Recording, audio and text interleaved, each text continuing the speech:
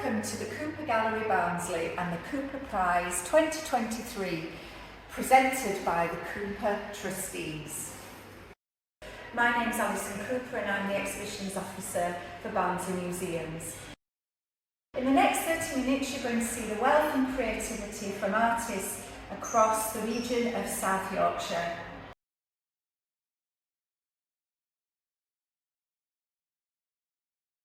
We're going to hear from some shortlisted artists and more importantly find out who the winners are.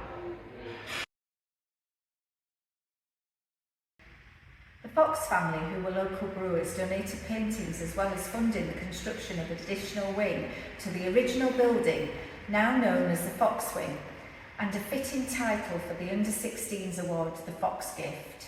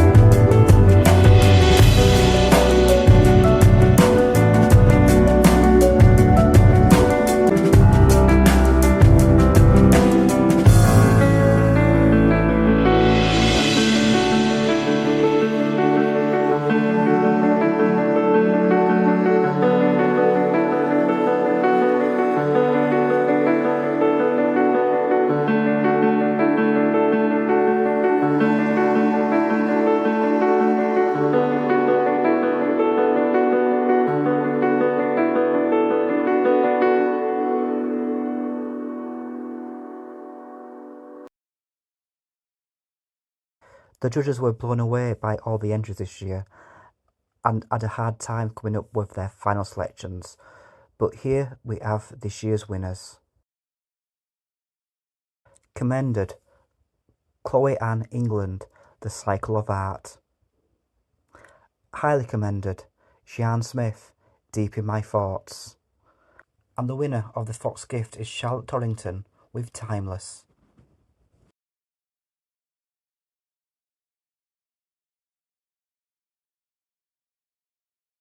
Ernest Sadler was a passionate educationalist who believed that art could enlighten and benefit everyone.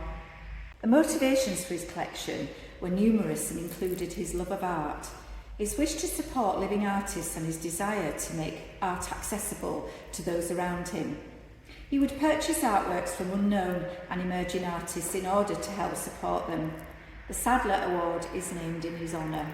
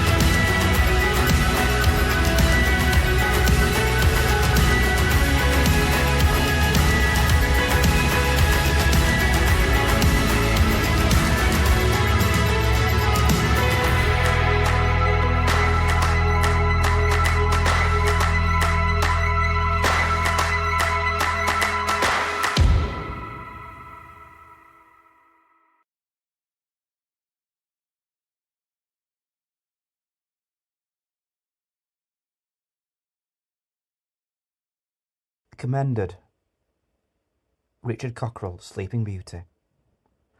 Highly commended is Christopher Byred, Pocketful of Bottles. And the winner of the Sadler Award is Katie Shaw, Goodbye Cataract. The Barnsley College Special Award for Originality and Skills goes to Isabel Edwards for Erosion 1.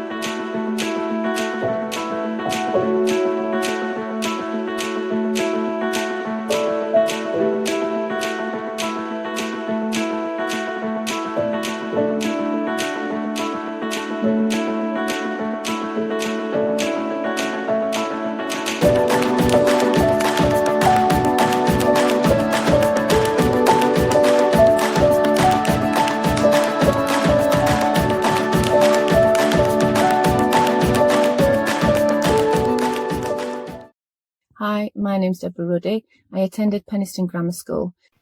Hello, my name's Anne Evans. Alright, my name's Adam Briscoe. I'm an artist living in Penistone. Hi, my name's Justin and I live in Barnsley. Hi, my name's Elaine Harris and I'm thrilled that my painting Fredden's Camp has been shortlisted for the Cooper Prize 2023. Hi, my name's Jacqueline Irwin and I'm an artist, illustrator and author. Hi, my name is Jennifer Ashby.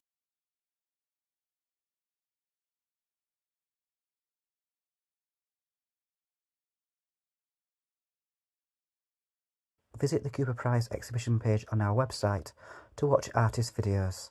Here are a few examples.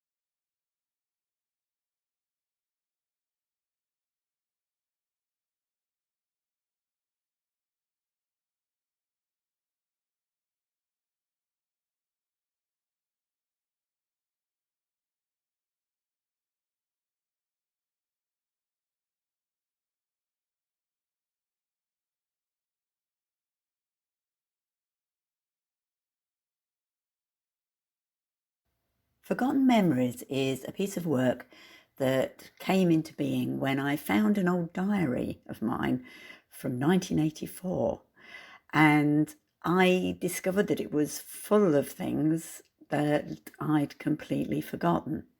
And everybody forgets things, but I forget things more than most people.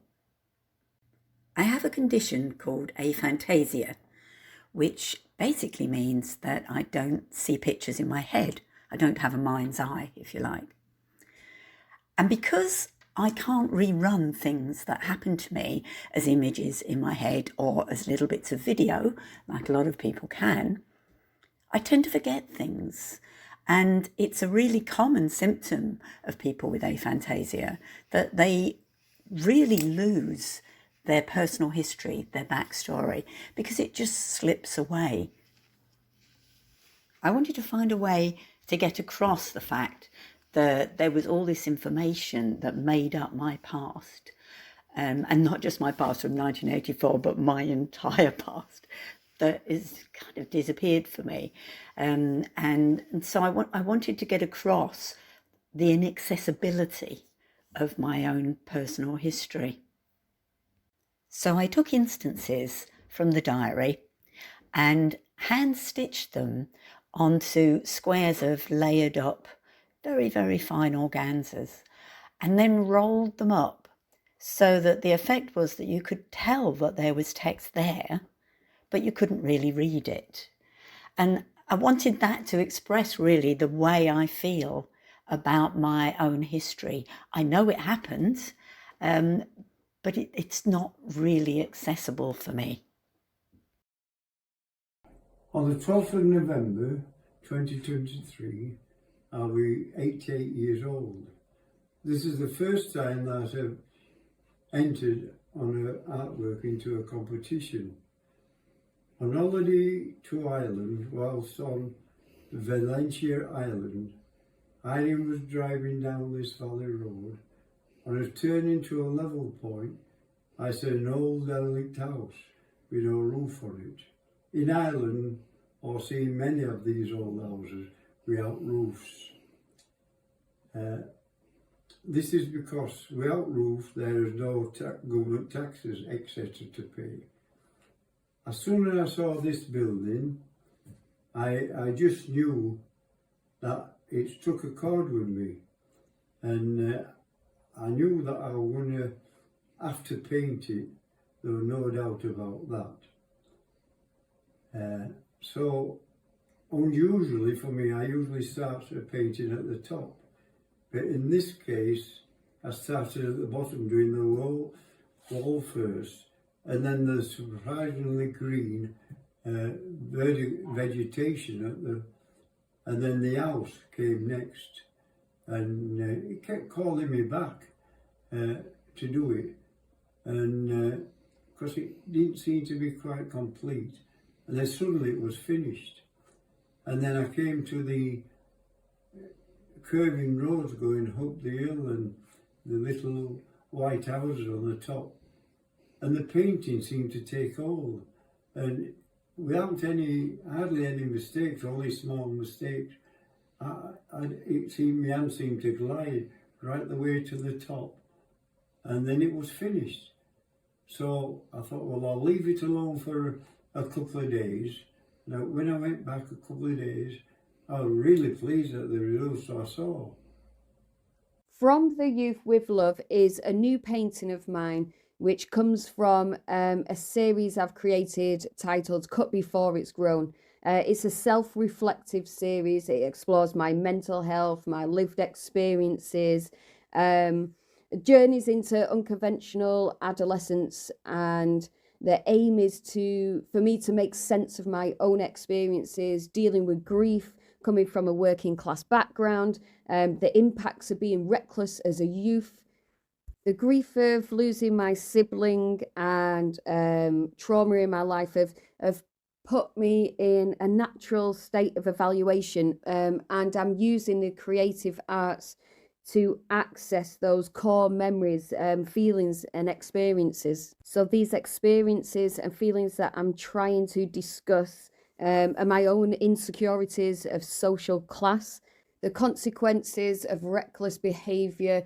but also how that reckless behaviour began in the first place, and then the problematic issues that these reckless attitudes can have on ourselves and our decisions.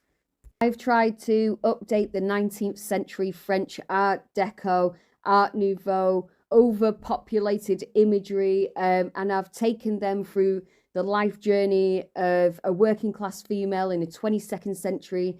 Class identity appears through these paintings, through little chavvy accessories, subtle symbolism of low social class status. I like to think of this trashy lady as a strong woman who empowers the next generation to be authentic. She's a lady that objects to be categorized because of her behavior or appearance, and she's courageous and she's an inspirational woman.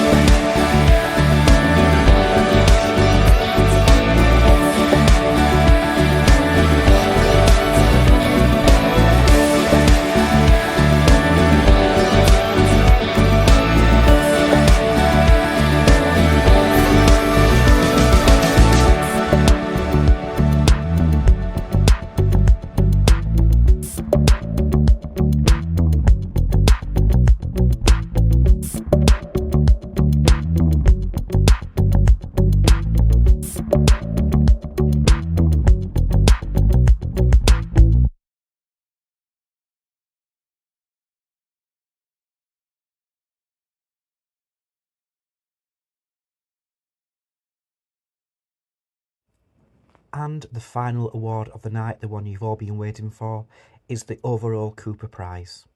Commended is Paul Towie. You had sexier, but not with me.